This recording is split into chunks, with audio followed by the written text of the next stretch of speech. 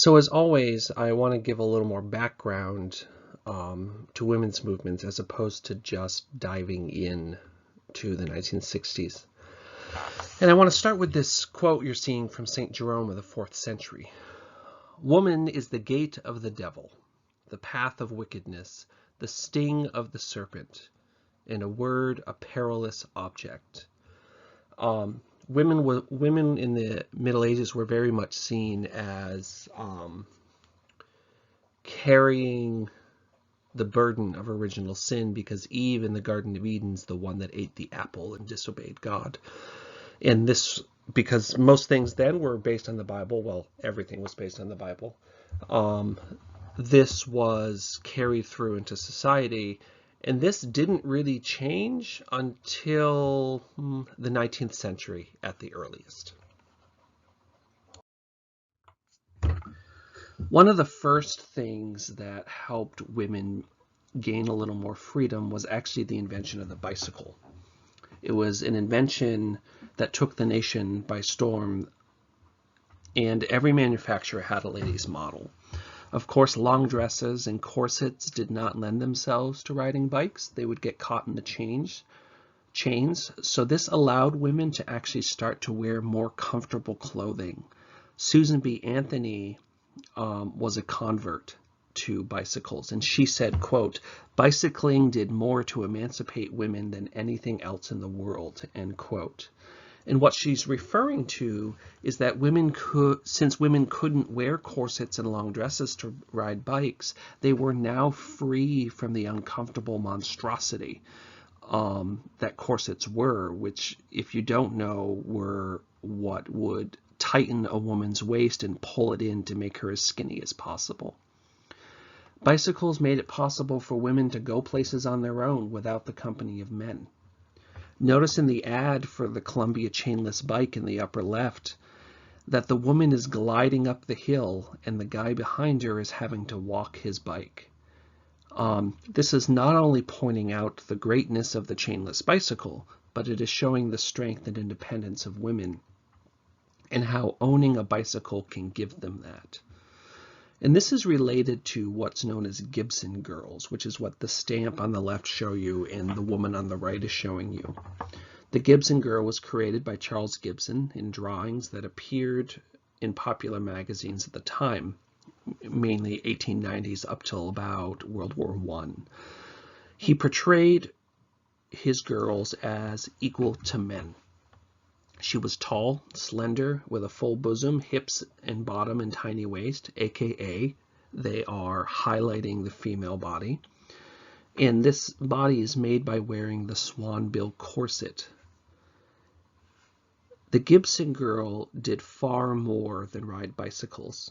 She was independent, she was educated, she was an activist, she was mature, she was a sportswoman, she was competent, and she was a professional, and she dared to live her life without a man. We'll be looking at some examples of this on the next slide. The woman on the right is named Camille Clifford, and she was one of Gibson's models. She is wearing the popular swan bill corset, which I mentioned before, which gives her the desired 18-inch waist. Now that is an 18-inch circumference, not diameter. So that is around her body is 18 inches. Clearly, she is a very beautiful woman. She is tall and looks very independent. So all of the images on this slide are Gibson girls. These are all cartoons he drew. The cartoon in the upper left is called The Weaker Sex, and in it, these very beautiful, put-together women are examining a man under the magnifying glass. The cartoon in the upper right is called Love in a Garden, and it is depicting Gibson girls or a Gibson woman pointing out to the gentlemen that are planting a tree upside down that they're doing it wrong, indicating that Gibson girls have a wealth of knowledge and they know how to do certain things better than men, meaning men have no idea what gardening even is, so why are they bothering? The final cartoon is called Gibson Girls at the Beach. Speaks for itself. Notice, though, that they're alone. There isn't even a man in the background. This is a part of showing that women are capable of having fun on their own.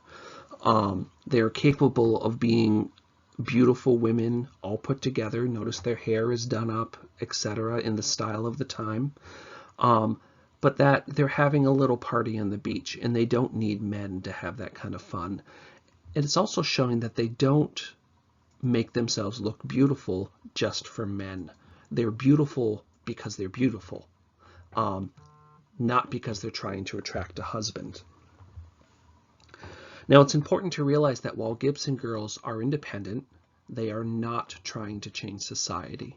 Typically, a Gibson girl is not a part of things like the suffrage movement. That is different from other groups of women, which we will discuss on a different slide.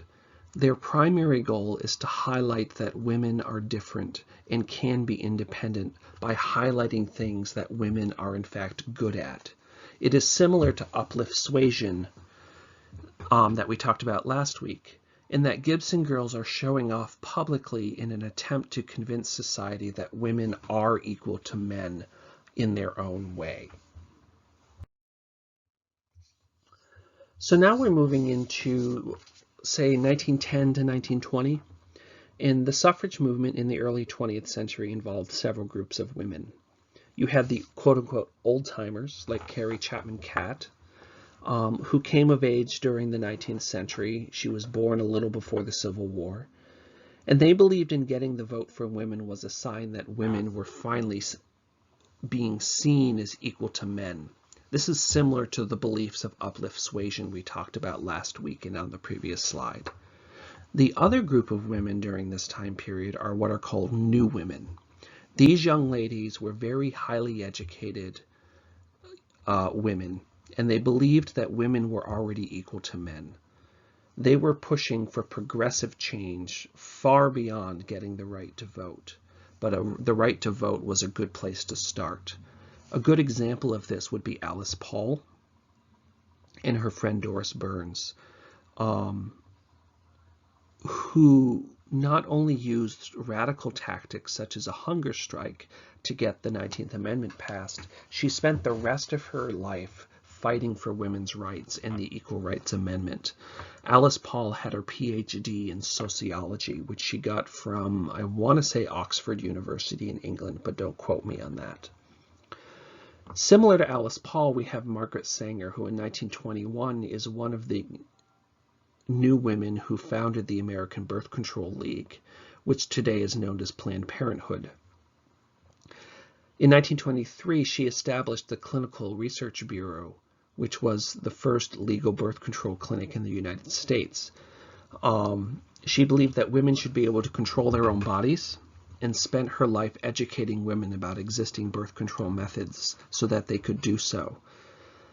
Now you have to understand that in 1921, discussing birth control was considered obscene, not just in public, but even in private, which means it's not something you talked about ever. And it wasn't until 1936 when a Supreme Court decision declassified birth control information as obscene that it became legally okay to discuss it publicly.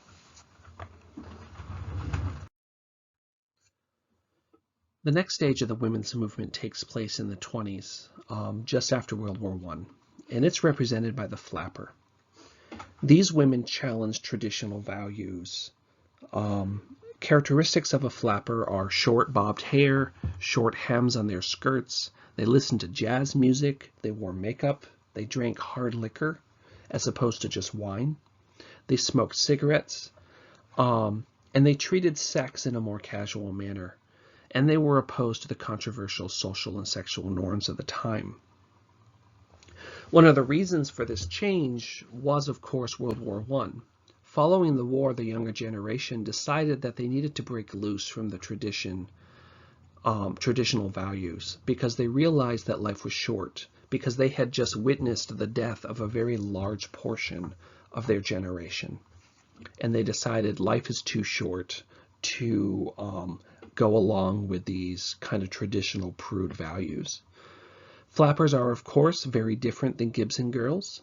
The Gibson Girl was about showing what women could do within the confines of a man's world, and that they could do the same things men did, just on their own, and sometimes even better than they did.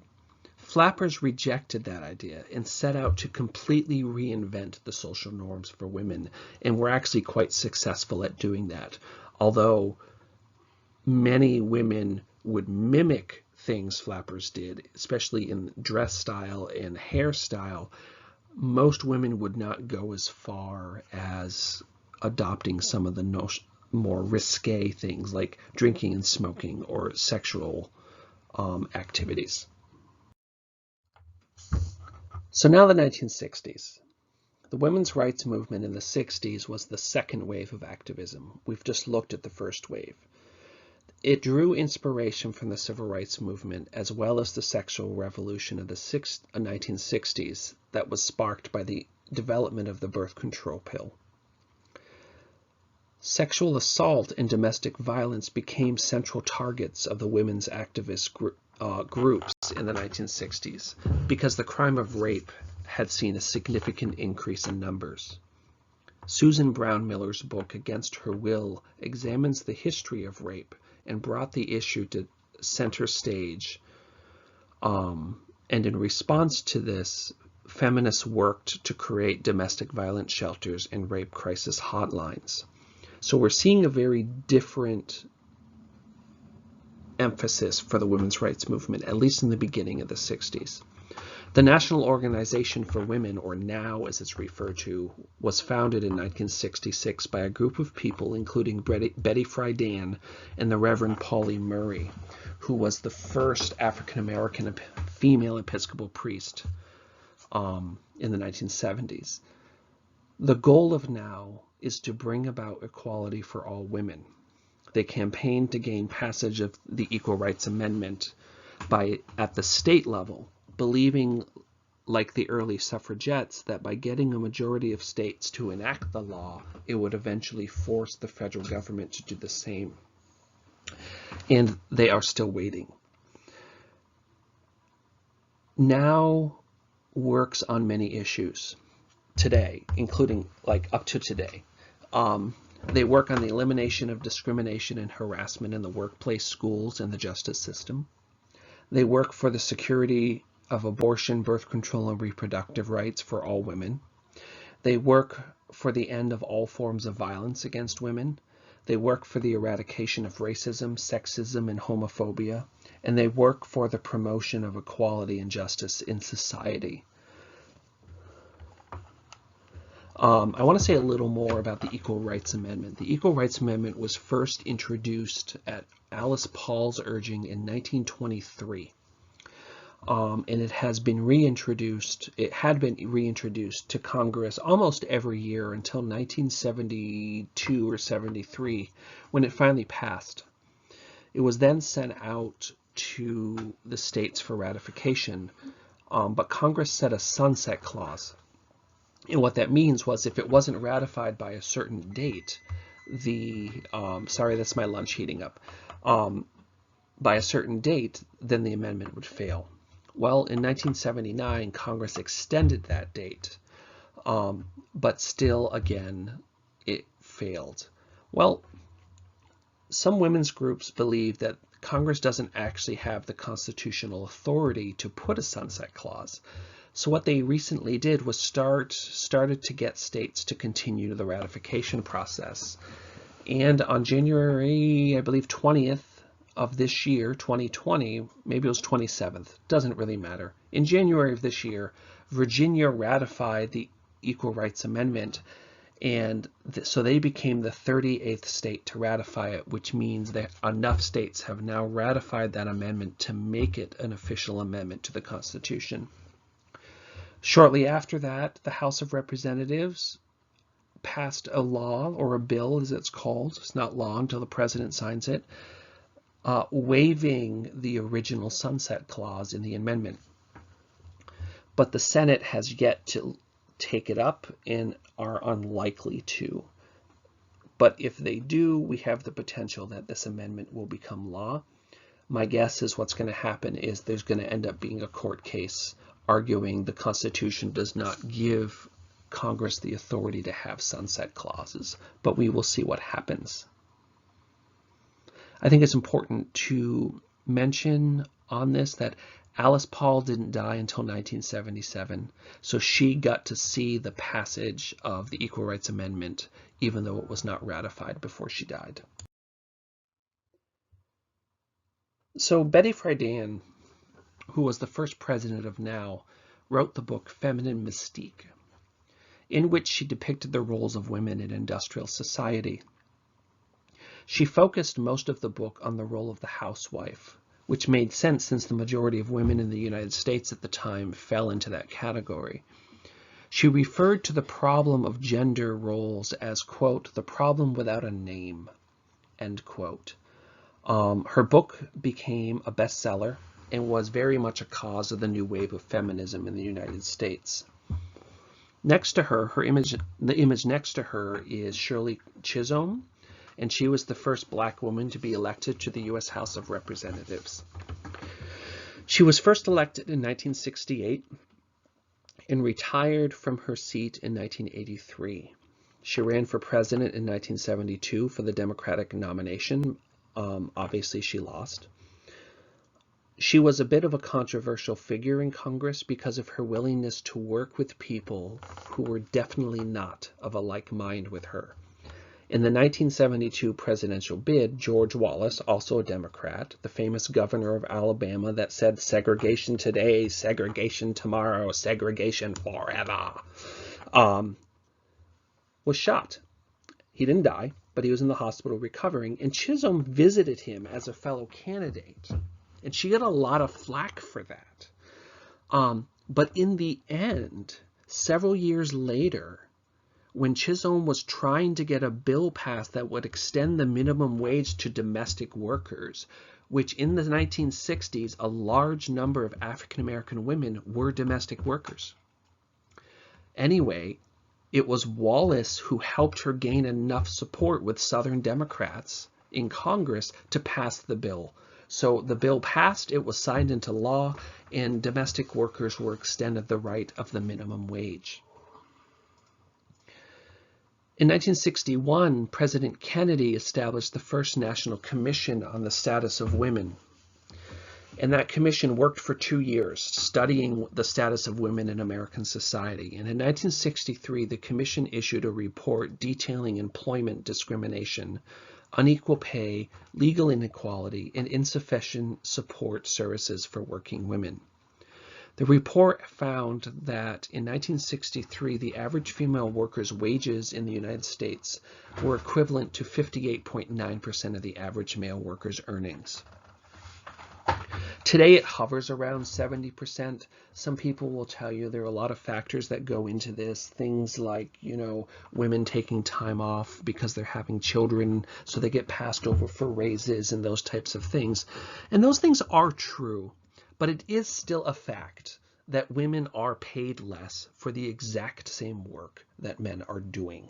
And they are not given the same opportunities to increase their pay that men are given. This report led to the passage of the Equal Pay Act of 1963, which requires all people to be paid the same wage no matter what, period, as long as they are doing the same work. In 1964, President Johnson signed the Civil Rights Act of 1964, which we always think of as being a triumph for the African American community, and it very much was, because it was a brainchild of them. But that law does not just say all people are equal based on race. It includes gender and sex. Well, it includes sex. They use the term sex, not gender. Differentiating between sex and gender is a modern thing.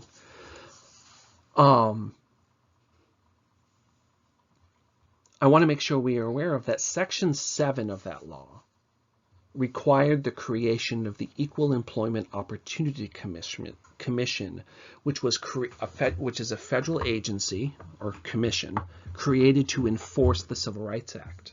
Originally, it wasn't in the law. So they were going to pass this law that said, okay, you have to treat everyone equal, but there was going to be no official way to enforce it. This provision was proposed and fought for by Alice Paul, the same woman who fought for the passage of the 19th Amendment and who was the first to introduce the Equal Rights Amendment to Congress. So the last thing I want to talk about is the work of Estelle Griswold. She was the executive director of the Planned Parenthood League in 1965, and she decided that Planned Parenthood should challenge a Connecticut law that prohibited the use of contraceptives. So think about that. Connecticut had a law on the books that said no one in this state, whether you're married or not, is allowed to use any type of contraceptive. How do you enforce that? Do police show up in people's houses and check their bedroom and bathrooms to make sure they don't have any condoms or birth control pills? Griswold argued that prohibiting the use of contraceptives, especially among married couples, was a violation of their privacy.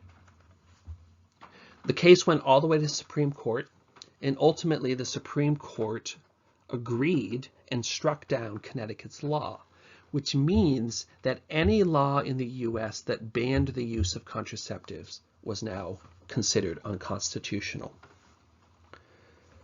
So let's wrap this up. It is important to remember that the fight for women's rights has been a very long road. I began with a quote from St. Jerome in the 4th century to remind us that women have been treated differently pretty much since we invented what we call, quote, civilization. And even though some of the movements and trends that have occurred over the years may look somewhat repugnant to our modern eyes, it is important to remember that change takes time. And everything women have done, whether it is pressing for the vote, using glamour and sophistication to set themselves apart, becoming highly educated, or leading the fight against legal control of women's bodies, all of this has contributed to the progress that has been made. Western civilization has a long way to go, but in time, we will live up to our espoused beliefs, the belief that everyone is equal and free.